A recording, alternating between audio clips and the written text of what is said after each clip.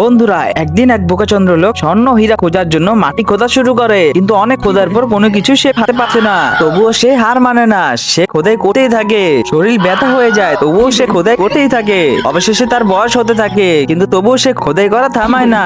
এবং সময়ের সাথে সাথে সে যেই খোদাই করতে যে কুড়াল ব্যবহার করে সেটিরও বয়স হয়ে যায় এবং সেটিও ভেঙে যায়। তাই জিদের মাথায় সে সেখান থেকে চলেই যেতে নেবে, কিন্তু তার এই জিদ দেখানোর জন্য সেখানে মাটি থেকে একটি স্বর্ণের টুকরো বের হয়। লোকটি সেটি দেখে অবাক হয়ে যায় এবং সাথে সাথে সেটি নিয়ে গুহার বাইরে চলে যায় এবং সেখানে একটি জিনিসপত্র বিক্রি করার দোকান রয়েছে এবং সেই লোকটিকে তার স্বর্ণটি দিয়ে দেয় এবং নতুন আরেকটি অস্ত্র নিয়ে সে খোদাই করার জন্য চলে আসে। অবশেষে লোকটি আবার খোদাই করতে যায়, কিন্তু বন্ধুরা, মজার ব্যাপার হলো লোকটি কষ্ট করেও লোকটির কোনো ফায়দা হচ্ছে না। অপরদিকে দোকানদার লোকটি তার স্বর্ণ কিনে নিয়ে যেটি করলো সেটি দেখলে তোমরাও অবাক হয়ে যাবে। কিন্তু সেটা দেখার আগে তোমাদের যদি আমার ভিডিও ভালো লেগে থাকে তাহলে ভিডিওতে লাইক দিয়ে চ্যানেলটি সাবস্ক্রাইব করে ফেলো। বন্ধুরা, দেখা গেলো সেই দোকানদার লোকটি তার স্বর্ণ কিনে নিয়ে সে এখন বড়লোক হয়ে গেছে এবং